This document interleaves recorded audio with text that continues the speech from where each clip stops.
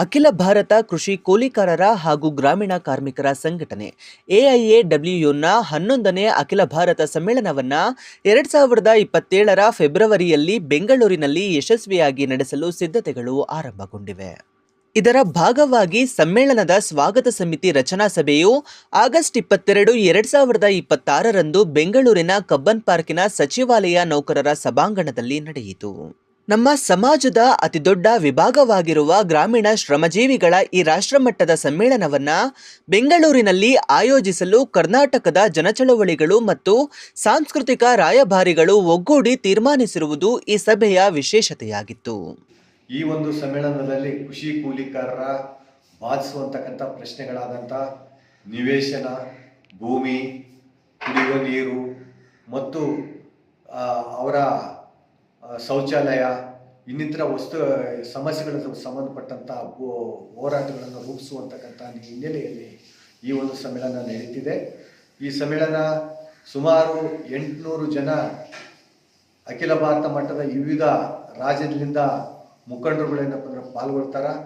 ಆ 800 ಜನ ಪ್ರತಿನಿಧಿಗಳು ಭಾಗವಹಿಸುವಂತಕ್ಕಂಥ ಈ ಸಮ್ಮೇಳನ ಏನಪ್ಪ ಅಂತಂದರೆ ಒಂದು ಯಶಸ್ವಿ ಮಾಡಲಿಕ್ಕೆ ಇಲ್ಲೊಂದು ಸ್ವಾಗತ ಸಮಿತಿಯನ್ನು ರಚನೆ ಮಾಡಿದ್ದೀವಿ. ಈ ಸ್ವಾಗತ ಸಮಿತಿಯ ಅಧ್ಯಕ್ಷರಾಗಿ ಬರಗೂರು ರಾಮಚಂದ್ರಪ್ಪ ಅವರು ಮತ್ತು ಕಾರ್ಯಾಧ್ಯಕ್ಷರಾಗಿ ಎಸ್ ವರಲಕ್ಷ್ಮಿ CITUನ ರಾಜ್ಯ ಪ್ರಧಾನ ಕಾರ್ಯದರ್ಶಿ ಮತ್ತು ಪ್ರಧಾನ ಕಾರ್ಯದರ್ಶಿಯಾಗಿ ಚಂದ್ರಪ್ಪ ಹೊಸ್ಕೇರ, ಖಜಾಂಚಿಯಾಗಿ ಪುಟ್ಮಾಧವ್ ಅವರು ಮತ್ತು ಗೋರ್ ಚನ್ನಬಸಪ್ಪ ಅವರು, ಹಂಪ ನಾಗರಾಜ್ ಅವರು, ಎಲ್ ಹನುಮಂತಯ್ಯ ಅವರು, BT ಲಲಿತಾ ನಾಯಕ್ ಅವರು, ಆಮೇಲೆ ಡಾಕ್ಟರ್ ಶರೀಫ್ ಅವರು, PK ಶಿವರಾಮ್ ಅವರು, GN ಮೋಹನ್ ಅವರು, ಪ್ರಕಾಶ್ ಕಮ್ಮಾರಡಿ ಅವರು, ಇನ್ನಿತರ ಮೋಹನ್ ರಾಜ್ ಅವರು, ಗೋಪಾಲ್ ಕೃಷ್ಣ ಅರಳಹಳ್ಳಿ ಅವರು, ಬಸವರಾಜ್ ಅವರು, ಇನ್ನಿತರ ಎಲ್ಲ ಮುಖಂಡರುಗಳು, ಸಾಮೂಹಿಕ ಸಂಘಟನೆ ಮುಖಂಡರುಗಳು ಏನಪ್ಪ ಅಂದ್ರೆ ಭಾಗವಹಿಸಿ ಒಂದು ಕಾರ್ಯಕ್ರಮ ಏನಪ್ಪ ಅಂದರೆ ಯಶಸ್ವಿ ಮಾಡಿದ್ದಾರೆ. ಇದರಲ್ಲಿ ಮುಖ್ಯವಾಗಿ ಏನಪ್ಪ ಅಂದರೆ ಜನ ವಲಸೆ ಹೋಗುವುದನ್ನು ತಡೆಗಟ್ಟಬೇಕು ಅನ್ನುವಂತಕ್ಕಂಥ ನಿಟ್ಟಿನಲ್ಲಿ ಮಹಾತ್ಮ ಗಾಂಧಿ ಉದ್ಯೋಗ ಖಾತ್ರಿ ಯೋಜನೆ ಏನಿತ್ತು ಅದನ್ನು ರದ್ದುಪಡಿಸಿ UB ರಾಮ್ಜಿ ಯೋಜನೆಯನ್ನು ಜಾರಿಗೆ ತಂದಾರ. ಇದನ್ನ ರದ್ದುಪಡಿಸಬೇಕು ಅನ್ನುವಂತಕ್ಕಂಥದ್ದು ಜನತೆಗೆ ಮುಖ್ಯವಾಗಿರ್ತಕ್ಕಂಥ ಜೀವನಕ್ಕೆ ಬೇಕಾಗಿರ್ತಕ್ಕಂಥ ಕೆಲಸ ಮತ್ತು ಭದ್ರತೆ ಮತ್ತು ಕೂಲಿ ಇವೆಲ್ಲವನ್ನೂ ಸಹ ಒದಗಿಸುವಂತಕ್ಕಂಥ ನಿಟ್ಟಿನಲ್ಲಿ ಈ ಸಮ್ಮೇಳನ ನಡೀಬೇಕು. ನಾಡೋಜ ಬರಗೂರು ರಾಮಚಂದ್ರಪ್ಪ ಅವರನ್ನ ಸ್ವಾಗತ ಸಮಿತಿಯ ಅಧ್ಯಕ್ಷರಾಗಿ ಆಯ್ಕೆ ಮಾಡಲಾಯಿತು. CITU ರಾಜ್ಯ ಪ್ರಧಾನ ಕಾರ್ಯದರ್ಶಿ ಎಸ್ ವರಲಕ್ಷ್ಮಿ ಅವರನ್ನ ಕಾರ್ಯಾಧ್ಯಕ್ಷರಾಗಿ, ಎಂ ಪುಟ್ಟಮಾದು ಪ್ರಧಾನ ಕಾರ್ಯದರ್ಶಿಯಾಗಿ ಹಾಗೂ ಚಂದ್ರಪ್ಪ ಹೊಸ್ಕೆರ ಖಜಾಂಚಿಯಾಗಿ ಆಯ್ಕೆಯಾದರು. ಗ್ರಾಮೀಣ ಶ್ರಮಜೀವಿಗಳ ಹಕ್ಕುಗಳು ಮತ್ತು ಬದುಕಿನ ಪ್ರಶ್ನೆಗಳನ್ನು ರಾಷ್ಟ್ರಮಟ್ಟದಲ್ಲಿ ಪ್ರತಿಧ್ವನಿಸುವ ಉದ್ದೇಶ ಹೊಂದಿರುವ ಈ ಸಮ್ಮೇಳನವನ್ನು ಯಶಸ್ವಿಯಾಗಿ ಮತ್ತು ಐತಿಹಾಸಿಕವಾಗಿ ನಡೆಸಲು ಶ್ರಮಿಸುವುದಾಗಿ ಸಭೆಯಲ್ಲಿ ಭಾಗವಹಿಸಿದ್ದವರು ಘೋಷಿಸಿದರು.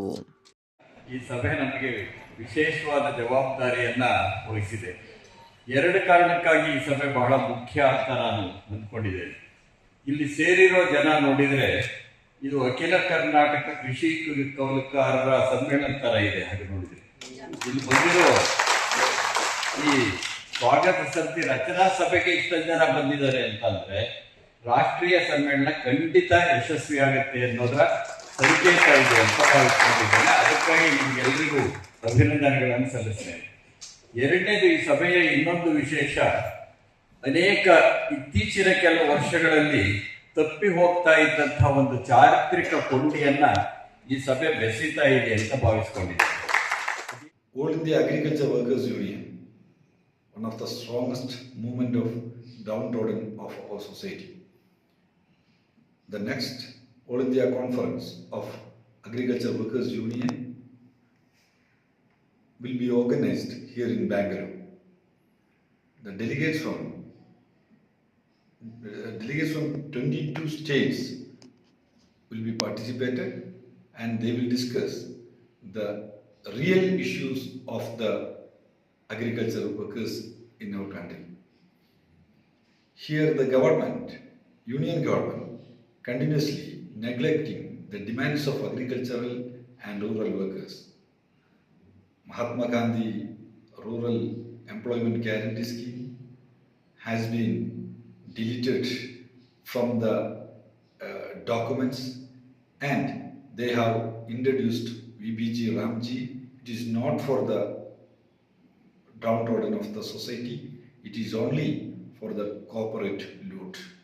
So here, I believe the democratic movement, the cultural organizations, the peasants movement, together they will organize All India Conference of Agricultural Workers Union, and the conference will make new way for the development of agricultural workers in our country. Majority of the people have denied the basic minimum life, which is standard livelihood. The policies pursued by the central government and the other respective governments are neglecting the problems of these most downtrodden sections. India, during the regime of Manmohan Singh, had introduced one of the best social security program, MNREGA. Unfortunately, that program has been scrapped by the present government, present central government, to VBG Ramji program. ಕೆಲಸ ಮಾಡೋ ಅವಧಿಯನ್ನು ಮುಗಿದೋಗಿದೆ, ಮಾತಾಡೋ ಅವಧಿಯನ್ನು ಮುಗಿದೆ. ಆದರೂ ಇದೊಂದು ಬಹಳ ಮಹತ್ವಪೂರ್ಣವಾದಂತಹ ಕಾರ್ಯ. ಇದು ಕರ್ನಾಟಕದ ನೆಲದಲ್ಲಿ ಅಖಿಲ ಭಾರತ ಮಟ್ಟದ ಒಂದು ನಮ್ಮ ಶ್ರಮಜೀವಿಗಳು, ಅವರನ್ನ ಕಾಯಕಶೀಲರು ಅಂತ ಕರೀತೇವೆ. ನಮ್ಮ ಶರಣರ ಭಾಷೆಯಲ್ಲಿ ಹೇಳೋದಾದರೆ ಅವರೆಲ್ಲ ಕಾರ್ಮಿಕರು ಅನ್ನೋ ಬದಲಾಗಿ ಕಾಯಕಶೀಲರು ಅಂತ ಅಲ್ಲಿಗೆ ನನಗೆ ಅಭಿಮಾನ ಅನಿಸ್ತದೆ.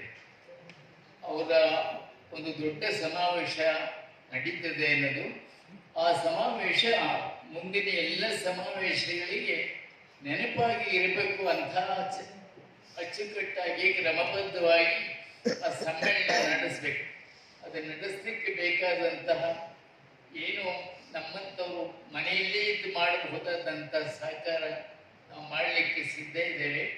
ಯಾರು ನಮಗೋಸ್ಕರ ದುಡಿತಾರೆ, ಯಾರು ನಮಗೋಸ್ಕರ ಬೆವರು ಹಚ್ತಾ ಇದ್ದಾರೆ, ಯಾರ ಬೆವರಿನಿಂದ ನಾವು ಒಳ್ಳೆ ಹಿತವಾಗಿರ್ತೀವಿ ಅಂಥವರ ಜೊತೆಯಲ್ಲಿ ನಿಲ್ಲೋದಕ್ಕೆ ನಮ್ಮ ಮನಸ್ಸು ಇನ್ನೂ ಜಿಪುಣತನ ತೋರಿಸ್ತಾ ಇದೆ. ಔದಾರ್ಯದ ಹೃದಯಗಳೆಲ್ಲ ಒಣಗೋಗ್ತಾ ಇವೆ, ಅಲ್ಲಿ ಪಸುಮೆ ಇಲ್ಲ, ತೇವ ಇಲ್ಲ ಅನ್ನೋ ಸ್ಥಿತಿಯಲ್ಲಿ ನೀವು ಇಂಥ ಒಂದು ಸಮಾವೇಶ ಮಾಡ್ತಾ ಇರ್ತಕ್ಕಂಥದ್ದು. ನಾವೆಲ್ಲ ನಿಮ್ಮ ಜೊತೆಯಲ್ಲಿ ಇದ್ದೀವಿ. ಮುದುಕರಿಗೆ ಶಕ್ತಿ ಇಲ್ಲ ಅಂತ ತಿಳ್ಕೊಬೇಡಿ. ನಮಗೇನು ಶಕ್ತಿ ಇದೆಯೋ ಅದು ನಿಮಗೆ ಇದು ಸದ್ವಿನಿಯೋಗ ಆಗುತ್ತೆ ಅಂತ ತಿಳ್ಕೊಂಡು ನನ್ನನ್ನು ಇವತ್ತು ಬರಮಾಡ್ಕೊಂಡಿರ್ತಕ್ಕಂಥದ್ದು ನನಗೆ ಅತೀವವಾದಂತಹ ಆನಂದವಾಗಿದೆ.